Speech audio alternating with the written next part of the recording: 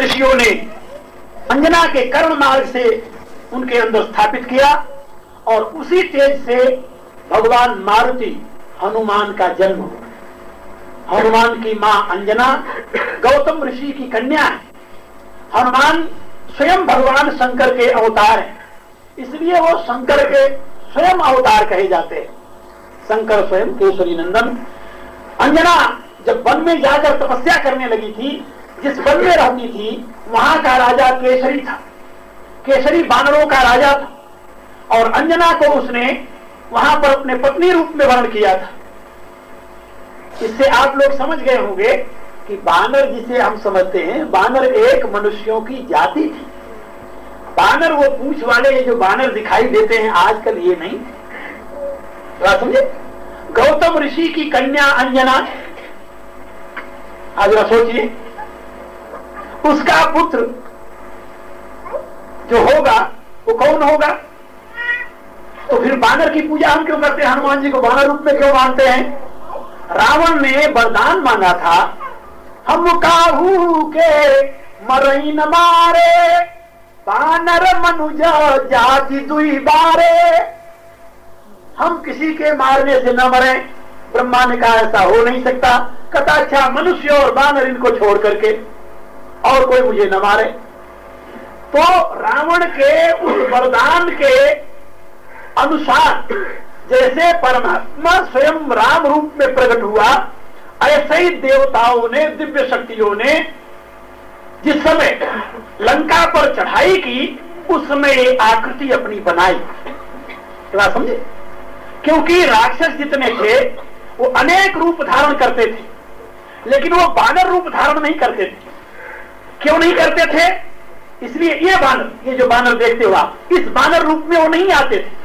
क्यों नहीं आते थे कि बानर को वो हे समझते थे। इसलिए जब लंका में युद्ध हो रहा था, वाल्मीकि रामायण में आता है, भगवान राम ने अपनी सेना को बुला करके कहा कि देखो भाई, तुम सभी बानर रूप में रहना, मनुष्य रूप में कोई न लड़े। यहां पर मनुष्य रूप में केवल हम 7 रहेंगे।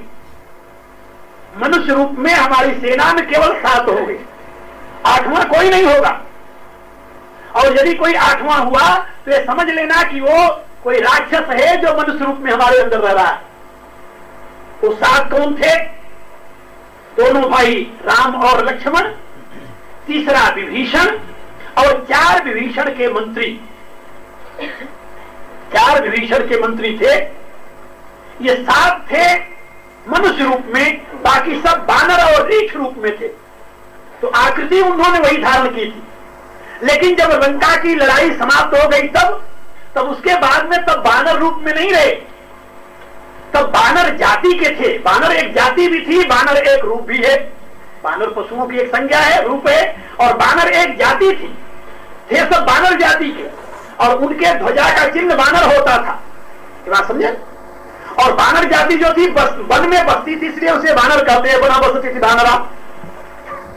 आप रामायण में पढ़ेंगे, तुलसीदास ने अपनी रामायण में लिखा है, जब लंका का नाश करके आते हैं तो सारे के सारे वीर जो हैं बानर जाति के, हनुमदादि सब बानर वीरा, अब धरे मनोहर मनुज शरीरा।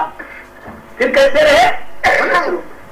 और कैसा मनुष्य रूप? मनोहर, मन को हरने वाला सुंदर मनुष्य रूप था उनका। हनुमदादि सब बानर वीरा, धरे मनोहर मनुज शरीरा। रामायण में तुलसीदास जी ने भी लिखा है। बात समझा। तो ये जो रूप हम पूजते हैं, लंका में यही रूप था। इसी रूप से भगवान मारुति ने लंका को भस्म किया, दुष्टों का संहार किया। तो जब हम उनको दुष्ट दलन संकट मोचन रूप की पूजा करते हैं, हम उसी आकृति को ध्यान में लाते हैं जिस रूप को धर करके उन्होंने किया था। आप हनुमान चालीसा पढ़ते हैं, सूक्ष्म रूप धरी, क्या है आगे? सिंह दिखावा, भीम रूप धरी लंक जलावा, ये विकट रूप धरी असुर संहारे, ये उनका विकट रूप है। समझे? ये कौन सा रूप है उनका? विकट रूप। विकट रूप धरी असुर संहारे, रामचंद्र के काज संवारे। तो भगवान राम का कार्य करने के लिए उस समय भगवान मारुति ने विकट रूप धारण किया। ये मरकट रूप जो है इसको विकट रूप कहते हैं। ये उनका सही रूप नहीं है। सही रूप तो उनका हरे मनोहर मनुज शरीरा। और जब भी कभी ऐसा काम पड़ता था, जैसे भगवान राम से जब मिले हैं उस समय हनुमान जी का कौन सा रूप था? रामायण में जब राम से मिले हैं कौन सा रूप था? पढ़ते हो ना किष्किंधा में, हरि बटु रूप देखु ते जाई, कैसी मोहि जिय से न बुझाई। तुलसीदास लिखते हैं विप्र रूप धरि कपिता गएऊ, माधनाई पूछत यस भयऊ, को तुम श्यामल गौर शरीरा, छत्री रूप फिर बलबीरा, कठिन भूमि को मल पदगामी, कवन हेतु वन विचरऊ स्वामी। उस समय विप्र रूप में थे। और वाल्मीकि रामायण में आता है कि जिस समय हनुमान जी जाकर के प्रश्न करते हैं, भगवान राम लक्ष्मण की तरफ देखते हैं, कहते हैं लक्ष्मण ये ब्रह्मचारी ब्राह्मण कोई सामान्य नहीं लग रहा, जिसने शास्त्र चारों वेद का अध्ययन किया हो, जितने जो नीति शास्त्र का महान पंडित हो, जिसको समस्त व्याकरण और निरुक्त का बोध हो, वही विद्वान ऐसी भाषा बोल सकता है जैसा कि ये ब्रह्मचारी बोल रहा है। इसे क्या समझे आप लोग? आपको तो मालूम है ना कि भगवान मारुति के शिक्षा के गुरु भगवान सूर्य हैं।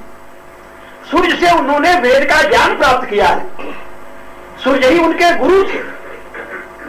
और गुरु दक्षिणा में उन्होंने सूर्य पुत्र सुग्रीव की सहायता का वचन दिया था। इसीलिए वो सुग्रीव के साथ रहते थे उनकी रक्षा के लिए। तो सुग्रीव सूर्य का पुत्र है। इसलिए मैं आप लोगों को बता रहा था कि भगवान हनुमान ये बंदर नहीं थे, वो तो दिव्य विभूति देव हैं, मनुष्य रूप में अवतरित हुए। जितने बानर थे सभी वन में रहने के नाते उनकी संज्ञा बानर थी। ये गीध, बानर, नाग, ये सब भारत की जातियां थी प्राचीन काल में। समझे? नाग एक जाति थी, आज भी नाग जाति है भारत में, आज भी गीध जाति है भारत में, आज भी गरुड़ जाति है भारत में, आज भी बानर जाति है भारत में। उनके गोत्र हैं, बानर गोत्र हैं जो वनवासी लोग रहते हैं भारत में, जिनको आप भील कहते हैं, संथाल कहते हैं, उनके गोत्र हैं। और ये पहले कभी बहुत सभ्य थे, सभी विद्वान थे, तत्वज्ञ थे। और भगवान मारुति तो ब्राह्मण यानी ऋषि गौतम की पुत्री अंजना के पुत्र हैं। इसलिए वहां तो यानी पशु रूप में होने का प्रश्न नहीं पैदा होता है। ये तो तुम लोग समझो। लेकिन जो राष्ट्र को नहीं जानते वो ये समझते हैं कि नहीं वो तो बंदर ही थे, वो तो यही बंदर थे जो बंदर जानते नहीं। इसे आप लोग समझ गए होंगे आपने कि वो विकट रूप धरे असुर संहारे। उन्होंने विकट रूप धर करके दुष्टों का नाश किया। इसलिए हम उस रूप की पूजा करते हैं जिससे हमारा भी दुख दूर करें, हमारे भी शत्रुओं का नाश करें। इसलिए आप लोगों को मालूम है आपके घर में फोटोएं होंगी, बहुत फोटो होगी, बच्चे कौन से लोग चित्र खिंचाते रहते हैं। लेकिन यदि कोई विशेष अवसर का जो चित्र होता है उसको आप कितने ध्यान से रखते हो, उसकी याद रखते हो ना स्मृति रूप में। जो विशेष अवसर का हो, जैसे आपके विवाह का हो, क्या पूछना, वो दूल्हा वाला अपना मुकुट उकुट धारी चेहरे वाला चित्र बड़े प्यार से उसे सजा कर रखते हो वर्षों तक वो पड़ा रहता है। क्यों भाई? उसको देखते उसकी याद आ जाती है, यही ना, उसको देखते ही वही याद आ जाती है। इसी रूप से जब हम विकट रूप में भगवान मारुति की पूजा करते हैं तो हमें याद आती है कि प्रभु जैसे रावण का नाश किया था वैसे मेरे भी दुश्मनों का नाश करो। ये प्रार्थना के लिए हम उस रूप में प्रभु को पुकारते हैं। ये प्रभु का स्वरूप है। तो भगवान शंकर स्वयं मारुति के रूप में प्रकट हुए। मारुति के रूप में प्रकट होकर के उन्होंने रावण का नाश किया। और मैं आपको एक और मजे की बात बताऊं, जब हनुमान जी लंका जला रहे थे, मंदोदरी रोने लगी, रावण से कहा कि तुम्हारे होते हुए तुम्हारी लंका तुम्हारे सामने खाक में मिल रही है, शर्म की बात है। रावण सोचने लगा कि मेरी लंका को आग लगाने वाला कौन हो सकता है। वो एकांत में गया अपने उपास्य गृह में जहां भगवान शंकर का वो पूजा किया करता था। उस शिव मंदिर में जाकर प्रार्थना करने लगा, ध्यान में बैठा, देखा तो भगवान शिव। उसने कहा कि प्रभु जब आप ही मेरे को फूकने के लिए यहाँ आ गए तो रक्षा कौन करेगा?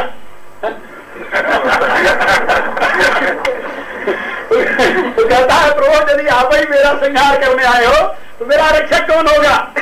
भगवान शंकर कहते हैं रावण ये तुम्हारे कर्मों का परिणाम, तुम्हारे कर्मों का परिणाम। तूने अपने अहंकार में मेरे नंदी रूप का अपमान किया था। वही नंदकेश्वर जो है वो अब हनुमान रूप में अपना बदला लेने यहाँ आया है, उसमें मैं कुछ नहीं कर सकता। और दूसरी बात, मेरे दिए हुए वर का परिणाम परमात्मा का द्वेष नहीं होता, देवों पर कृपा होती। तूने मेरी भक्ति की, भक्ति के बदले मैंने तुम्हें शक्ति दी।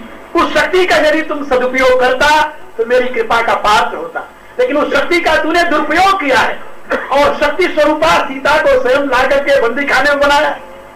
अब इसमें तुम्हारे विनाश में अधिक देर नहीं होने, मैं इसमें कुछ नहीं कर सकता। जब रावण निराश होता है, सोचता है चलो इसी बहाने जहां मेरे प्रभु के भी प्रभु हो, उनके हाथ से यदि मेरी मृत्यु होती है तो इससे और मेरे लिए सुख की कोई बात नहीं होती। आप लोग जानते हैं रावण ने कभी भी सीता के पास अकेले जाने की भावना नहीं रखी। जब भी कभी रावण सीता के पास जाता था मंदोदरी को साथ लेकर, अपनी रानियों को साथ लेकर, रावण के अंतरतम में सीता के प्रति बुरी भावना नहीं थी। खैर ये बड़ी लंबी कहानी है, इसकी व्याख्या करने लगेंगे तो शिव पुराण रह जाएगा बीच में। लेकिन एक बात मैं ये संकेत रूप में आप लोगों को बता रहा हूं कि रावण के हृदय में सीता के प्रति कभी बुरी भावना नहीं थी, वो जानता था। तुलसी ने अपनी रामायण में लिखा है, जिस समय रावण को पता चलता है कि खरदूषण का वध हो गया तो तुलसीदास जी लिखते हैं, रावण अपने भवन में जाता है, विचार करता है, खरदूषण वो समबलवंता तिनई कुमार बिनु भगवंता सुररंजन भंजन महिधारा जो जगदीश लीन अवतारा तो मैं जाए पैरहति करहूं प्रभु सर प्राण तजे भवतरहूं। खरदूषण को भगवान के सिवा कोई दूसरा मार नहीं सकता। यदि भगवान का अवतार हो गया है तो मैं जाकर के भगवान से बैर करूं और उनके बाण के द्वारा शरीर छोड़ करके संसार सागर से तर जाऊं। उसके अंतर से एक आवाज आई, कह रहे दुर्बुद्धि तू बैर क्यों करता है, भजन क्यों नहीं करता, भक्ति कर ले। मैं आप लोगों से फिर निवेदन करूं, किसी संत की नहीं, यदि रावण की भी एक बात दिमाग में आ जाए तभी कल्याण हो। रावण ने यहां पर एक बात कही, क्या बात कही है? होई है भजन न तामस देहा मन क्रम वचन मंत्र दृढ़। वो कहता है कि मेरा तामसी स्वभाव है, मेरे से भजन वजन नहीं आता। जब तक तामसी स्वभाव है तब तक भजन नहीं होने का। बात समझे कि रावण की बात है, रावण की सीख है। तमो गुण रहते हुए भगवान की भक्ति नहीं होती। कोई है भजन न तामस देहा, वो कहता है तामस बुद्धि से मैं भगवान का भजन नहीं कर सकता। इसलिए मन क्रम वचन मंत्र दृढ़, मन से वचन से कर्म से मेरी यही दृढ़ता है कि मैं राम से शत्रुता करके अपना उद्धार करूंगा। श्रीमद् भागवत में भगवान कहते, जिस समय परीक्षित को कथा सुना रहे सुखदेव जी, वहां पर गोपियों का चरित्र आ गया, गोपियों की भावना का वर्णन करने लगे। वो इतना पवित्र चरित्र है कि जन सामान्य की बुद्धि में आने वाला नहीं आने का। परीक्षित जी बोल पड़े बीच में, भगवान आप ये क्या चरित्र सुना रहे हो मुझे? वक्ता परमहंस सुखदेव जी का ध्यान भंग हुआ, पूछा क्या बात है? कहा आप प्रभु आनंद कंद ब्रजेंद्र नंदन कृष्णचंद्र की कथा सुना रहे हो, तो पुरुषोत्तम परमात्मा स्वयं कृष्ण रूप में अवतरित है और उसके साथ ये ब्रज की बालाएं जो काम वासना से पीड़ित होकर उसके पीछे दौड़ती हैं। ओहो, इतना सुनना था कि महाराज सुखदेव जी ने कहा जल्दी भूलो। एक अपात्र को मैंने एक बहुत बड़ी बात बतानी चाहिए, उन्हीं से विचार बदल देते, लेकिन इतनी बात कहते हैं वहां, कहते हैं राजन ये बात तुम याद रखो, परमात्मा के साथ संबंध जोड़ करके ही जीव का उद्धार होता है। वह संबंध किस प्रकार का हो इससे कोई मतलब नहीं है, इससे कोई मतलब नहीं।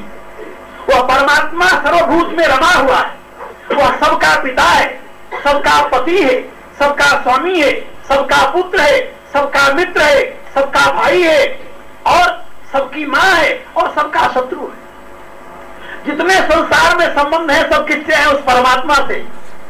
किसी भी भाव से तुम उसके साथ संबंध जोड़ लो। वहां पर बताते हैं परीक्षित कि जैसे गोपियों ने उसमें पति भाव की भावना की, उसी रूप से कंस ने उसे शत्रु माना। गोपियों को सर्वत्र कृष्ण दिखाई देता है और कंस को भी सर्वत्र कृष्ण दिखाई देता है। कंस जहां खड़ा होता है सब जगह जागते सोते कृष्ण के सिवा उसे कोई किसी का ध्यान नहीं होता। इसी रूप से गोपियों को भी कृष्ण के सिवा कोई दिखाई नहीं देता, क्योंकि जिससे हम बहुत प्रेम करते हैं या तो उसका ध्यान बना रहता है, या जिससे हम बहुत द्वेष करते हैं उसका ध्यान बना रहता है। कोई रास्ता है ध्यान का। जिससे आप बहुत द्वेष करते हो उसका भी ध्यान आपको हमेशा बना रहता है, चलता रहता है, दिमाग उसी के विषय सोचते रहते हो, सोचते हो उसका नाश कैसे करें। और जिससे आप प्रेम करते हो, बहुत प्रेम करते हो, उसका ध्यान बना रहता है। दोनों प्रकार से ध्यान करने की विधियां। तो परीक्षित ने वहां पर कहा है कि यदि शत्रुओं से भी कोई प्रभु का चिंतन करे तो प्रभु उसका भी उद्धार करते हैं। तो रावण ने शत्रु भाव से भगवान से संबंध जोड़ा, इसीलिए उसने जीवन भर भगवान का नाम नहीं लिया। जब भी कोई बात होती थी तो राम को राम नहीं कहता था, क्या कहता था? तपसी। हे तपस्वियों, विभीषण से पूछता है, कहता है मम पूर्वसी तपसी न सन प्रीति, सच मिल जाई ती नहीं कहू नीति। अपने सुख सारों से पूछता है, कहू तपसी न कर बात बहोरी, जिनके हृदय तास अति मोरी। भगवान राम जब सामने आते तब कहता है जीते मुझे भट संयुग माही, सुनता पद मैं तिन समनाही। रावण नाम सकल जग जाना, लोकप जाके बंदी खाना। वो भगवान को तब से ही कहता है। राम एक बार कहा, कब? आखिर मरते समय उसने कहा, गरजऊ मरत घोर रव भारी। आखिर ने बड़े जोर से गर्जना करके कहा, राम रणहतहु प्रचारी। अरे राम कहाँ है तू, मैं तुम्हें आज मारूंगा। मरते मरते ये कह करके मरा। तुलसीदास जी लिखते कि जो योगियों के लिए भी दुर्लभ गति थी, वो गति रावण को भगवान ने दी। क्यों दी भाई? इसलिए उसने शत्रु भाव से चिंतन किया। वहां पर पार्वती जी को आशंका हो गई कि रावण ऐसे राक्षसों को भी भगवान परधाम दे दिए। भगवान शंकर कहते हैं, हाँ सती पार्वती, क्यों दिए? क्या इसलिए दिए? उमा राम मृदु चित्त करुणा कर, पैर भाव सुमिरत मोहिनी सिचर, देई परम गति असजीय जानी। पैर भाव से ही सही, भाव तो है ना, यानी अपने हृदय का भाव प्रभु से तुम जोड़ दो, किसी भी नाते जोड़ो। यदि तुम प्यार से नहीं तो शत्रुता से जोड़ दो। उनका चिंतन करते रहोगे, तुम्हारा उद्धार हो जाएगा। गुण चिंतन में है, फल चिंतन का है। भाव तो चाहे जो लगा लो तुम। रावण ने निश्चय किया कि तेहि सन जाई बहरहति करहूं, प्रभु स्वर प्राण तजे भवत रहूं। कोई हई भजन न तामस देहा, मन क्रम बचन मंत्र दृढ़।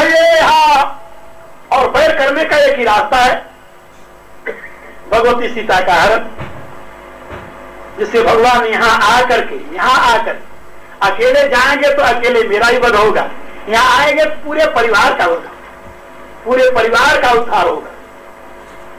मरते समय जब रावण मरने लगा, भगवान जाकर के उसके पास खड़े हुए, पहले लक्ष्मण को भेजा, लक्ष्मण जाकर पंडित रावण से कुछ नीति सीख लो। लक्ष्मण जाकर उसके सिरहाने खड़े हुए, बोलता नहीं हो। राम स्वयं आए, उसके पांव के निकट खड़े होकर के हाथ जोड़कर नमस्कार किया, कहा पंडित राज रावण, तुम आखिरी बार मुझसे कुछ कहते जा। रावण ने कहा लक्ष्मण से, कहा लक्ष्मण एक बात मैं पहले तुम्हें समझा दूं, ज्ञान प्राप्त करने का ये ढंग नहीं है जो तुमने अपनाया है। ज्ञान प्राप्त ऐसे किया जाता है जैसे इस समय रघुवंश मुनि करे। किसी से ज्ञान पाना हो, उसके चरणों में शिष्य बनकर के ज्ञान लिया जाता है, गुरु बनकर नहीं। भगवान के पूछने उसने बहुत सी बातें बताई हैं। आखिर में एक आशंका हुई कि रावण, तुम्हें जब इतना ज्ञान था तो तूने इतना बड़ा घोर अत्याचार क्यों किया? सीता हरण, इतनी बार समझाने पर भी सीता को नहीं लौटाया तुमने। वो कहता है सीता को लौटाने का प्रश्न नहीं पैदा होता था राम, तब भी मेरी विजय थी, अभी मेरी विजय। तुम्हारी विजय? कहता हाँ, विजय मेरी है। आप विजय पर व्यर्थ में गर्व कर रहे हैं। विजय आपकी नहीं है, विजय मेरी है। तुम्हारी विजय कैसे है? आश्चर्यचकित होकर लक्ष्मण पूछते हैं। राम से कहता है रावण, अगर सच पूछ जो रघुबर, समर इतिहास कल्पों तक, तुम्हारी हार मेरी जीत का डंका बजाएगा। तुम्हारी जीत कैसे? कहा हमारे देखते लंका में तुम आने नहीं पाए। जब तक मैं जीता रहा तुम्हें अपने नगरी में पैर नहीं रखने दिया मैंने। हमारे देखते लंका में तुम आने नहीं पाए, लेकिन तुम्हारे देखते रावण तुम्हारे धाम जाएगा। और तुम दोनों भाई खड़े हो, अब मैं तुम्हारे लोक में जा रहा हूं। विजय किसकी है? किसकी विजय हुई है? क्यों? कारण क्या? भगवान शंकर की उपासना, भक्ति का परिणाम। भगवान शिव स्वयं हनुमान रूप में प्रकट होकर के और प्रभु श्री राम जो साक्षात महाविष्णु के अवतार हैं, उनको साथ लेकर लंका पर चढ़ाई करते हैं और रावण का कुल सहित उद्धार करते हैं।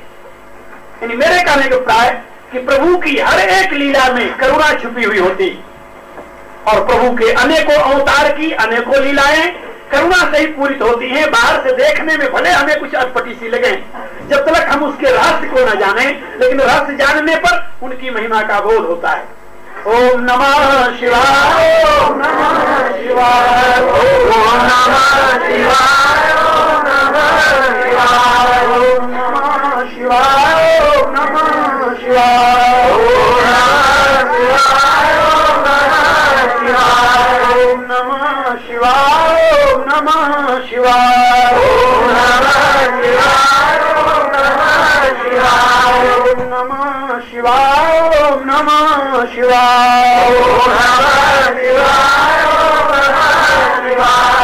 शंकर भगवान की जय। अब आप लोग अभी आरती के लिए उठना और अब आज